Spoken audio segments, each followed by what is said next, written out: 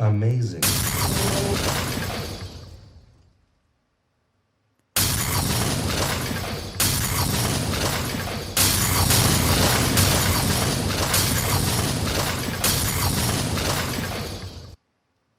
And welcome to episode 177 of the most must-see show, the most must-see award-winning show to ever hit the Bedford TV airwaves, or any airwaves for that matter. North, south, east, west, backwards, frontwards, diagonally, sideways, any way, which way you look at it, all around the world.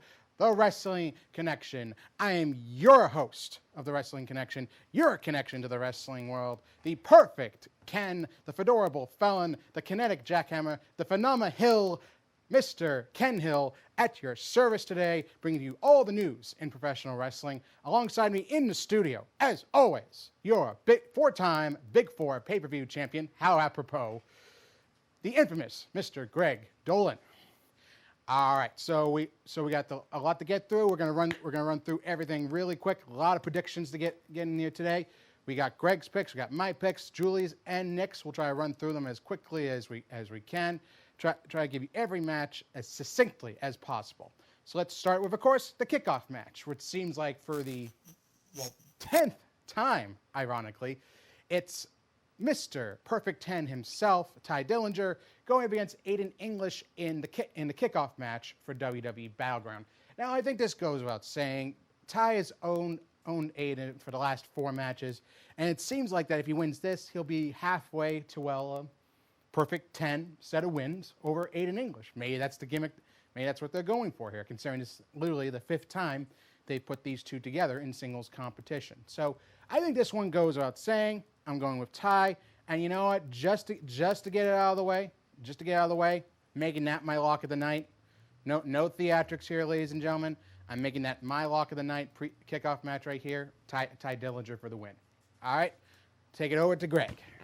All right, so I got a bunch of picks to work through here. For the first one, Julie and I are both going with Ty, but Nick is going to buck the trend of all of us and go with Aiden. He's calling with Mr. English, the artiste. Good for Nick. Okay, moving on to the next match.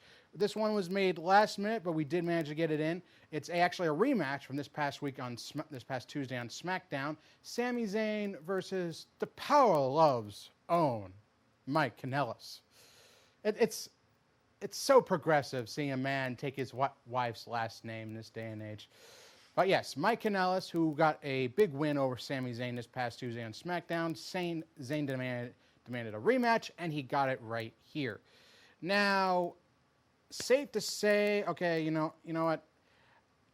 I mean, I'm not a fan of the Power of Love gimmick. I feel like it's kind of like, I'm waiting to see where this goes, because hopefully these wins over Zayn can give Kanellis so much momentum, so he just doesn't die out on the SmackDown mid-card. That's kind of what I'm hoping for here, that he'll get some momentum coming out of this. So I'm giving the nod to Mike right here.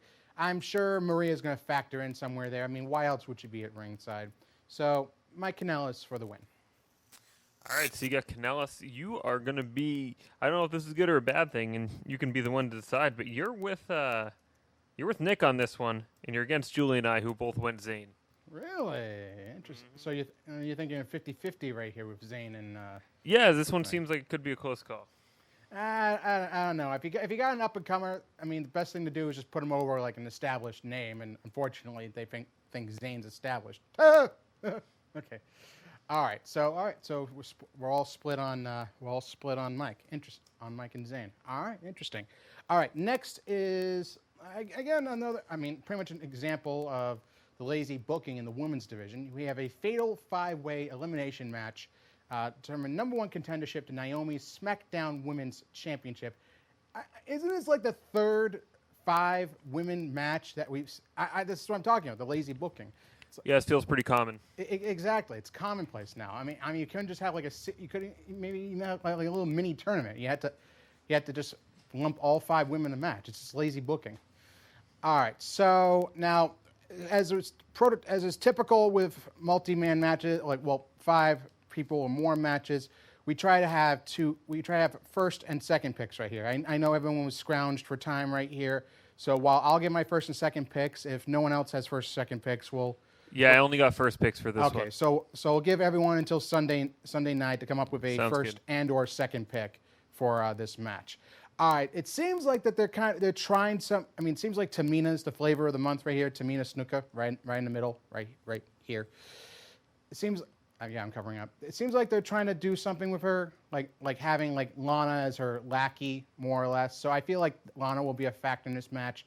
She'll end up being like a diversion for the other three participants, and Tamina will pick up the win. So I'm going to go with Tamina for my first pick. For my second pick, it seems like Charlotte's been kind of sitting on the back burner lately, and I just don't see her being there for that long. So if Tamina doesn't get the win, I could certainly see Charlotte picking up the win to move on to face Naomi, since that's been hinted at for a while, since Naomi's become SmackDown Women's Champion.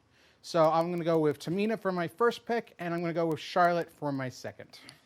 Yeah, I got on the phone with Cape Cod, and I got a pick for me and a pick for Nick. So I'm going to go with Charlotte 1, Lana 2. He's going Natalya 1 and Tamina 2.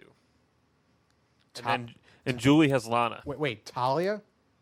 Natalia? She in the match? Oh, Natalia. I thought you said Talia. Yeah, Nutella. God, don't. I almost made a really bad. No, let's not. Okay, moving on. Moving on. Okay, so we come to the first championship match, which is for the tag team titles, which is the Usos defending against the New Day. Of course, we all know the story from the last pay-per-view where New Day, in their SmackDown pay-per-view debut, came up just a mite short against the Usos, who decided to take a walk and keep a hold of the championship belts. The New Day have shown that, at least in singles competition, when the odds are even, that, ironically, oxymoronically speaking, when the odds are even, that the New Day can get one up on the Usos. Now, that being said, given that this is an opportunity for New Day to be the first tag team to win both the Raw and SmackDown Tag Team Championships, a notion I don't think has really been highlighted all that much on TV, on television. I think the best thing to do in that case would be to hold off on that until SummerSlam, where the New Day can get a really big, magnanimous win and become the first dual-branded tag team champions. I think that would be a bigger deal than putting the belts on them here. So I'm gonna go with the Usos. I think they'll find some other nefarious means to keep the belts on them. They found a countout win. I could see a DQ. I could see some shenanigans going on here, but I give the win to the Usos on this one. All right, once again, for good or for bad, you are with Nick, and then Julie and I are both going New Day. Oh, so now a 50-50 split. Interesting. Let's see where this one goes. All right, that brings us to our second championship match. Now, this was originally Kevin Owens defending the United States title against AJ Styles. However, the scenery has been flipped, and with AJ Styles' most recent championship win at Madison Square Garden, of all places, a big feather in his cap for Mr. Phenomenal himself, it's now AJ Styles defending the United States title against the former new face of America, Kevin Owens. Now, here's the thing: they've already been teasing. They're already gone to teasing Styles versus Cena for the United States title in the coming month. So I think this one's pretty cut and dry. I imagine it'll be one of the better matches of the night on Battleground. But I gotta go with AJ Styles in this one. He just won the United States title. I don't think they're gonna flip it right back to Owens. And the fact, like I said, they're already teasing Styles versus Cena once again at SummerSlam. And we remember what a fantastic match that was. So yeah, we all agree with you except Nick. So Nick's on an island this time. It's going to be me and Julie also going Styles, Nick going Owens. All right. Okay. Here we go. All right. So that would bring us to, let's see. Okay. We did the U.S. title match. We did the tag team titles. We have Cena. We have Shinsuke. Oh, actually, yeah. We got Cena versus Rusev. Yeah. Speaking the other side of Cena versus Styles, I think this one's another cut and dry one. Okay, Rusev, I mean, except for Fastlane a couple years ago, has never got one up on John. I mean, even at John's worst, his weakest, Cena's always found a way to get one up on Rusev. I think that's a given right here. They tried to give Rusev some momentum this past Tuesday on SmackDown, submitting Cena to the Accolade. But, I mean, and a flag match would leave things open for Cena to take a loss, without being pinned, God forbid. But, I mean, I'm just going to have to go with Cena on this one. I just don't see them tagging a loss on Cena right here. And, I mean, I'm just kind of upset the way they brought back Rusev. I mean, you had a chance to bring him back with his previous history with Mahal. You could have easily put him in as a next future challenger for Mahal's WWE Championship. And instead, you pigeonhole him into the same anti-American gimmick that you gave to Mahal. So, I mean, unless you plan on making, like, Rusev Mahal's bodyguard or something, to one up the Singh brothers, then what's the point? So, I mean, I gotta go with Cena this one. I can't really go against him in a patriotic fervor such as this. Yeah, I rarely pick against John Cena. So Julie went John Cena. I also went Cena. I'm going to lock it up. Cena always wins on pay-per-views. And then we have a special pick right here. This is Nick's lock of the night. So let's introduce Nick really quick. Recognize. All right, wow, on TV, Nick sounds just like Zach. Yeah, isn't that Imagine weird? That. So he's going to lock up Rusev for this one. He's That's locking his up lock of the night. Rusev. Wow. Okay. Yeah, I guess Nick's feeling. I guess this guy right here is feeling un-American. Recognize. And wow, he could do it without moving his lips. Amazing. It's impressive. He's a great ventriloquist. All right, so let's move on to Shinsuke Nakamura versus Baron Corbin. Now, this one's interesting because you got Corbin as the Money in the Bank holder. Typically, the way WWE likes to book Money in the Bank holders, they like to have him lose a lot. Pretty much. They like to have him lose so much you think, oh, they're not going to cash in there. He's not going to cash in here. He's not enough of a threat. But I think the way they're going to do this is, I mean, it's tough booking right here because you got Shinsuke, who's big time popular on the SmackDown brand, big time popular with WWE fans. You got Corbin, who's just coming off, like I said, that big Money in the Bank win. So, I think the way this is going to go, I'm going to give the win to Shinsuke, but I think it's going to be a DQ win. I think Corbin's going to, basically, I think that's the best way. Basically, Corbin just beats the absolute crap out of Shinsuke when Shinsuke seems like he's closing on the win. Corbin intentionally gets himself disqualified, beats the crap out of Shinsuke, so that way Shinsuke gets a win on pay-per-view, but Corbin stands tall in the loss.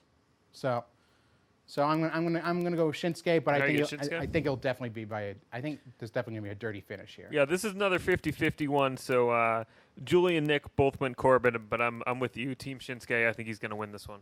Alrighty, okay, there we go. All right, so I believe if I'm not mistaken, yes, that leaves. Yeah, that's the last one I got. Man. Okay, now I want to point out something interesting to you. Back in 2005, when you had Batista on the rise as a main eventer in WWE, he had a trilogy of matches with Triple H that started at WrestleMania and ended at Vengeance inside Hell in a Cell. And what do we have here? We have Orton, a certified cemented main eventer, helping put over a new star, Jinder Mahal, in a trilogy of matches, ending basically in a cell match inside the Punjabi prison. So I think this one goes without saying either. Okay, I mean Mahal made the match. Mahal's going to have to win the match. I mean, basically you got such a patriotic fervor with Jinder, building him so much. If you have him lose in the match that he made, what does that do for his build-up from his main event build from there? It basically just, I imagine he'll just knock him right back down to square one. No one will take him seriously if he can't win a match that he made himself, that he feels he knows he can win. So I feel like that Orton will close in right here, and despite what everyone's been saying, I feel like the Singh brothers are still going to have a factor to play in this.